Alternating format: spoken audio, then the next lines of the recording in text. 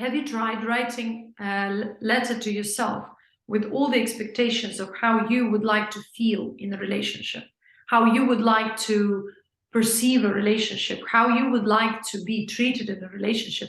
Not from the standpoint, I want him to do this and that. No, I would like to see myself in this and this relationship. I would like to feel, for example, respect.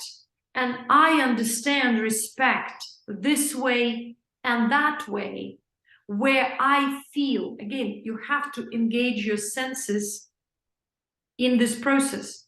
I would like to see myself happy, and happiness for me means feeling this and that, feeling that I am this and that, like I am treated, or I would like to be treated this and that, or this way and that way. I mean, I would like to feel secure with the partner. What does the security mean? Security means that I come home and I feel motivated to cook for my partner, right?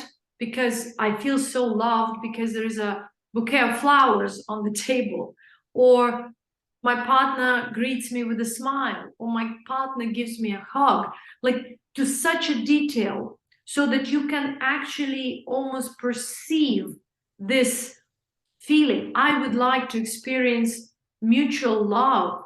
What does mutual love mean? Reciprocated love, reciprocity required. I would like to be in a relationship where I'm treated, where I feel, you know, that we are building together, where I feel that we have similar vision, that where my heart is relaxed, joyful, you know? So this is how we write the vision, so that you start and then you read it to yourself once, then put it back somewhere, keep it there safe. Then again, in 1 week, come back to it, just read it again. Is it the same? Then maybe you will add something. Maybe you'll keep on writing this vision.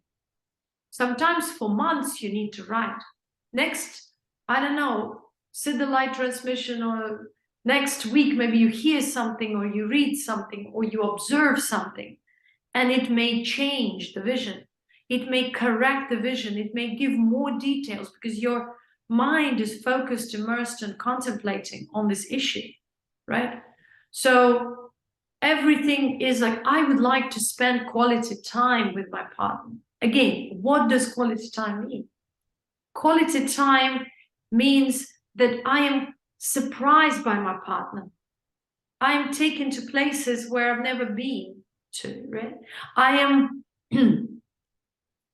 or we both like the same, I don't know, restaurants or places of interest, or we like to travel. Where would we travel? There and there and there. How would we spend time? Oh, we would both like to play volleyball on the beach. You know, for example, or swim in a swimming pool. Because again, when you have one type of vision and your partner, let's say your partner doesn't have, but your partner, you, for example, I would like an agreeable partner, meaning that even if we have differences, we love each other to the point where we're willing to compromise, right? So this type of vision is very, very important, because then it defines you. It actually helps you to get in touch with your own self, with the core of self, where you clearly see your subtle needs, the needs of the soul being in the female body. Or if you're a man, let's say, needs of the soul as being in the male body, because there are certain details that people want, or there are certain, you know, minor aspects of life that people crave for, but they never acknowledge somehow consciously. They only acknowledge them when they are not there. And then they go into this evaluation cycle. Instead, they would need maybe to communicate these, because there could be differences. I've seen that sometimes people are not very compatible. There could be differences, but if they are able to maintain high level of communication, it's surprising to me, at least, because I've observed people even incompatible astrologically, but living a happy life, because in that case, they're so well aware of the differences that they give each other space, and they are often speaking about, or they speak about these differences so that they kind of find a way to maneuver through these differences.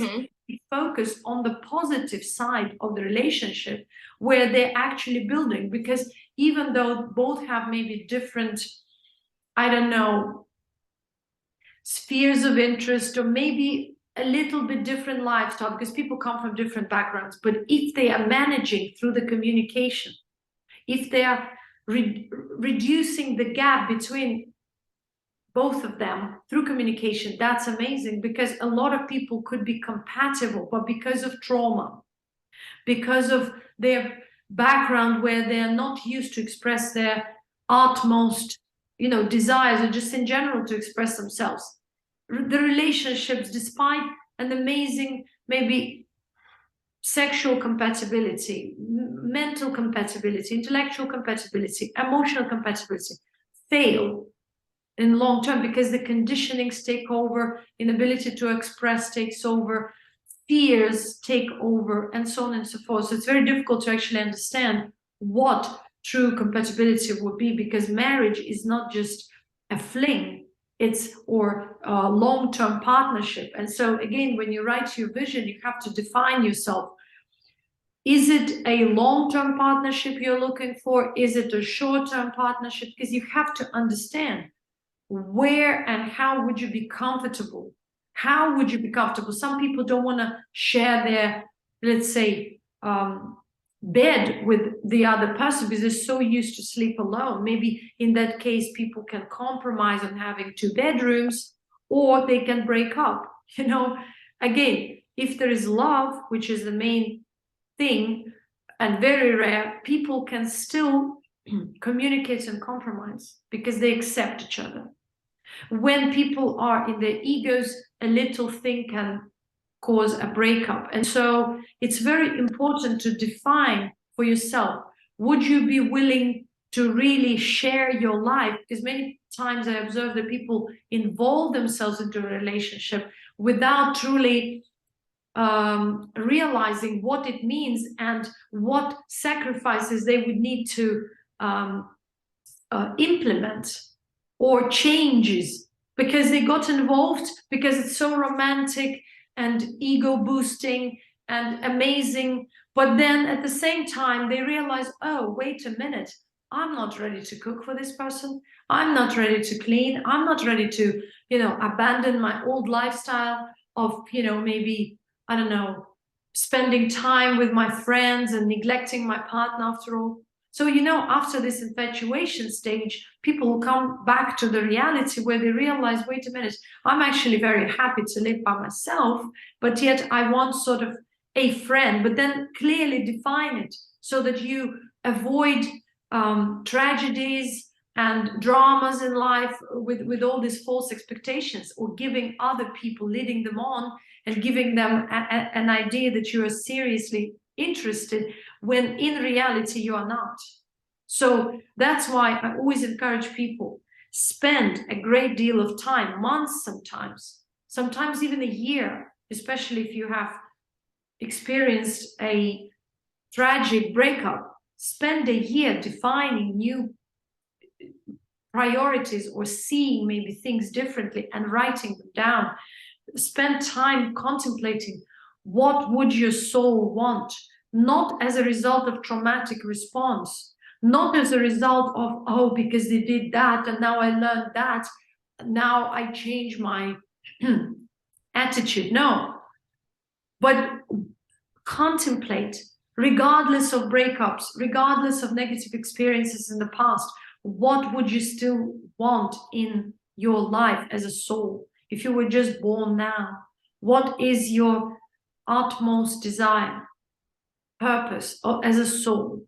How would you like to feel? Because it's it's fundamental to bring it up, to acknowledge how would you like to feel, because usually we think of relationships Mentally, that's where there is so much conflict. Mental understanding of relationship in reality has nothing to do with our feelings. And we break up because of the feelings or no feelings. You know, so we have to really feel how would we like to feel in a relationship rather than how we think, what we imagine, how we project something that is not there and might never be there, how we live in an imaginary world instead of embracing the reality. And the reality, every second, every moment, this reality is the reality of your feelings, of your being, you know. And when you embrace it, then you start understanding what the purpose of relationships is, and you start maturing. Because before, all you do is just, it's like a random bumping, allowing people to come in, letting them go, and without real acknowledgement and high awareness. Relationships are not a joke. It's nothing to play with. It's somebody's feelings. So we have to be very responsible. And to establish true relationship in a mature way on a proper foundation is an art. You have to be spiritually evolved and aware of your own being, of your own traumas, of your own actions before you should engage in this kind of a endeavor. So for most people, I would say it becomes a painful process because a lot of stuff is still on a subconscious level. People are not aware of the deep wounds and traumas of the childhood, and the relationships become but like a, you know, like a stage of revealing your trauma instead of enjoyment. No one enjoys relationships anymore, very rarely. That's why people jump from one relationship to the other, because they want that infatuation state to last. But it doesn't, because the relationship is a very, very profound spiritual, or profound platform for spiritual growth. It's the most important platform. And when we look, for example, at spiritual teachings, a lot of spiritual teachers ask their students at the later stages of their refinement to actually be in a relationship with someone, because then it would show how adaptable, how flexible, how clear and aligned they are, or they're not. So it's very, very important. And I'm not speaking just about personal relationships, like intimate relationships, because these are even more profound. Any type of relationships, the way you relate to others, the more conflict you have in the external reality, the more conflict you have within. And so it's very, very important to understand that relationships are not for pleasure. They will be pleasurable by default if you're mature. But usually they're not pleasurable because there is no alignment with the inner being, which is the source of true joy, true autonomy, true bliss. Because you can enjoy a relationship only when you're an autonomous, blissful, aligned being. Until then, you will be experiencing random pleasure, random suffering, and all these the process of adjustment, the process of relating, adjusting, sacrificing, trying to understand, trying to communicate and negotiate. So your whole life becomes the ongoing process of negotiation instead of really enjoying healthy, mature relationship. And for most people, there is no reference point of what healthy, mature relationship should be, because most of the parents or their parents or their parents and so on and so forth haven't laid that foundation. And so there is no actual reference point or a model of a healthy relationship.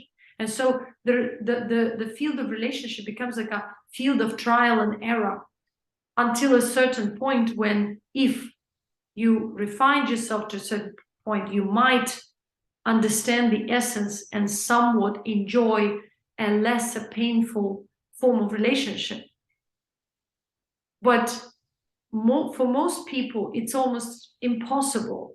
And no matter how we want or crave for beautiful soulmate connection, the connection with like-minded people, like-mindedness does not guarantee stability, because for stability, you need to learn to be stable within, to return yourself at least to that stable point. But where do you have that stable point? Do you have a reference point? Are you awakened to that authentic, stable being within yourself? Most people are not. And so when they are throwing themselves into a relationship, they're blinded by the excitement and yet forget that they're still unrefined within. And it's going to take time. And any relationship requires work. And from my standpoint, if there is no love, there is no relationship.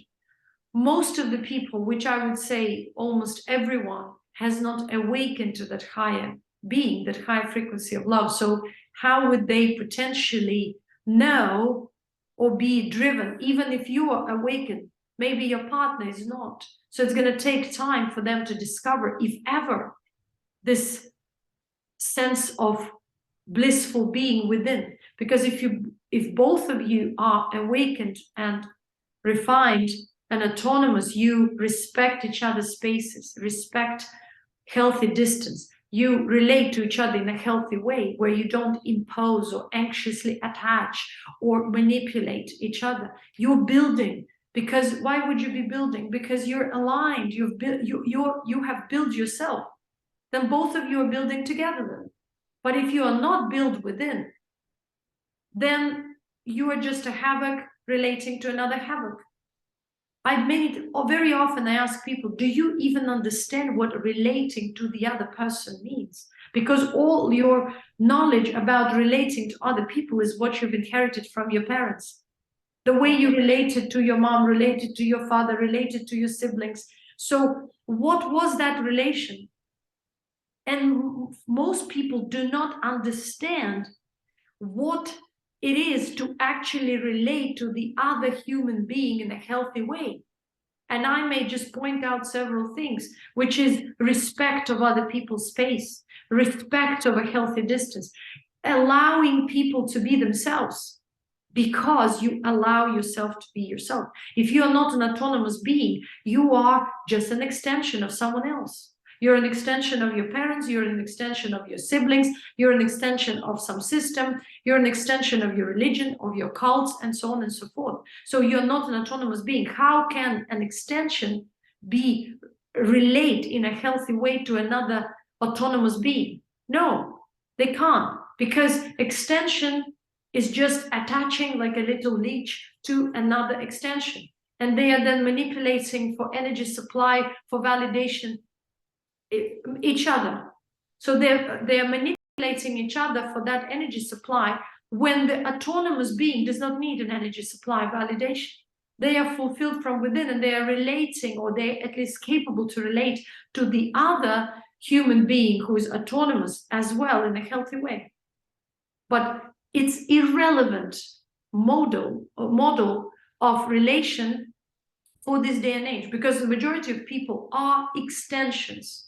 The extensions of their family. When I ask them, what do you like? All the things they like, it comes from the way their parents were relating to the reality their parents were liking, or they learned it from somewhere else, or some other more willful and powerful people imposed that liking on them. So they're extensions of some clusters of ideologies, clusters of preferences within the collective. They are not autonomous beings. When we speak about spiritual evolution, we speak about autonomy. We speak about gaining that spiritual autonomy where you restore your natural being, and through that natural being you start realizing the real preferences of the soul embodied in this body within these circumstances and environment. You start discovering anew what your true soul purpose is, what you truly want or don't want, regardless of what you've learned before. So from an unhealthy identity of being an extension of someone else, of some bigger cluster within the collective consciousness, you return to your autonomy. You restore a healthy identity based on that awaken, or based on the awakening to your higher frequency, your natural being.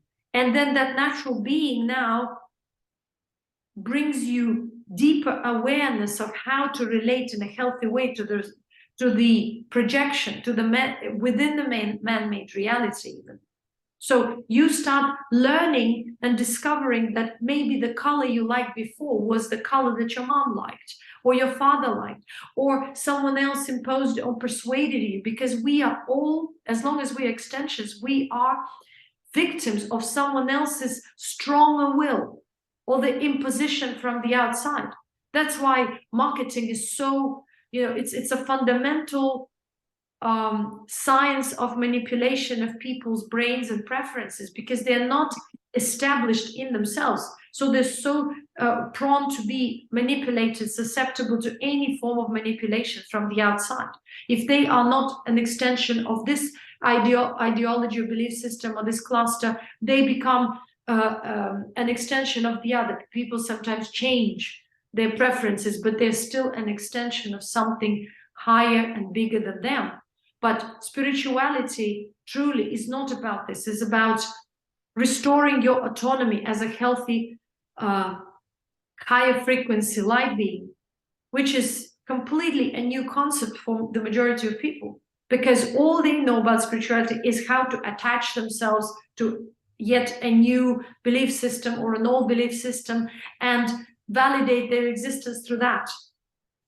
An autonomous being does not need validation, and so an autonomous being can relate in a healthy way to other beings, or usually they choose not to relate, because if you're an autonomous and healthy being, you clearly see unrefined and traumatized, victimized and whatever unwholesome state of other beings. So your desire to be on your own is by default a natural desire, because you simply understand that there is no potency in that type of relation, or that relation has to be on a distance in a certain way, or in a certain limited way only.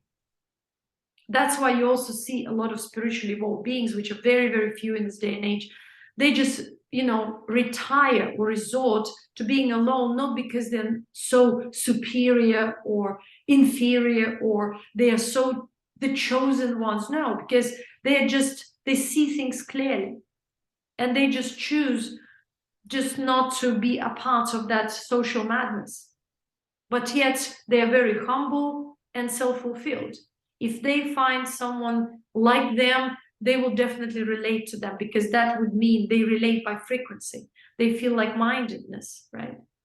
So this is the basis of this whole spiritual journey. You have to have a vision and let go of that vision of what you want, and allow your own flow, your own refinement, your own flow of being to manifest your soul,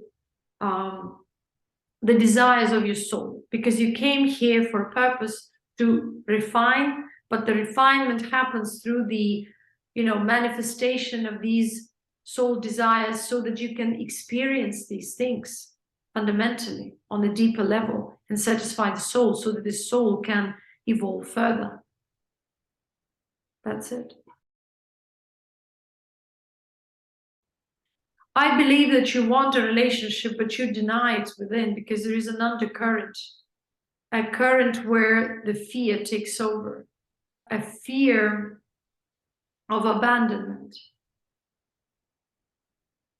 So when people have these conflicting energies, let's say the soul wants a beautiful relationship, but they are unhealed and unrefined.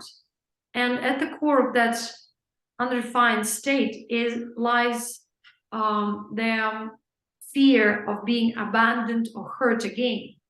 So then they often choose to go with the fear rather than embrace love with the potential that they may be hurt again. You cannot be in control of other people's actions or choices. You can just fully embrace and enjoy. The more you embrace the process, the deeper you understand yourself, and the more you can refine your own, self from traumas and, this limited currents within, or distorted perception of reality. even when there is a potential that someone else might not choose you, or, you know, because people have their own journeys. But when you go into a relationship fully in, and you allow deep, you know, level of intimacy, through that deep level of intimacy, you awaken to your authentic being. Most of the people cannot even enjoy deep intimacy because they are not allowing. Their fear becomes a barrier, so they can't really enjoy the bliss of intimacy, which is called orgasm, right? They're neither emotionally, nor mentally, nor physically, because simply there is that barrier, there is that blockage that does not allow them to fully be vulnerable with one another, even if there is maybe a thought that that might not last. At least, because you cannot control the level of, or the depth of intimacy of the other person, but you can be in charge of your own, where you give your 100% in that moment, because it's your own process of diving deep into your essence and refining yourself. There is no spiritual progress until we dive deep into ourselves. We become intimate with ourselves, and thus we're able to be intimate with other people.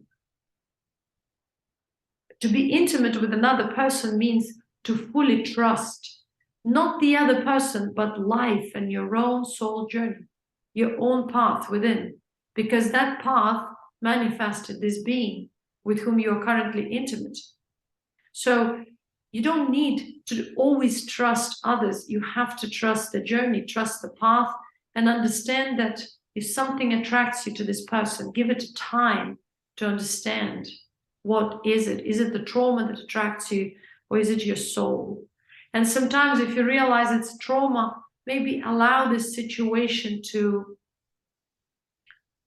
bring up more to the surface, but don't project the happy ever after or the eternity on this, because you don't know. If something is meant to be, it's going to be there, and meant to be by the soul frequency, not by the soul choice, not by someone's compulsion or, you know, forcing someone to be with you, right?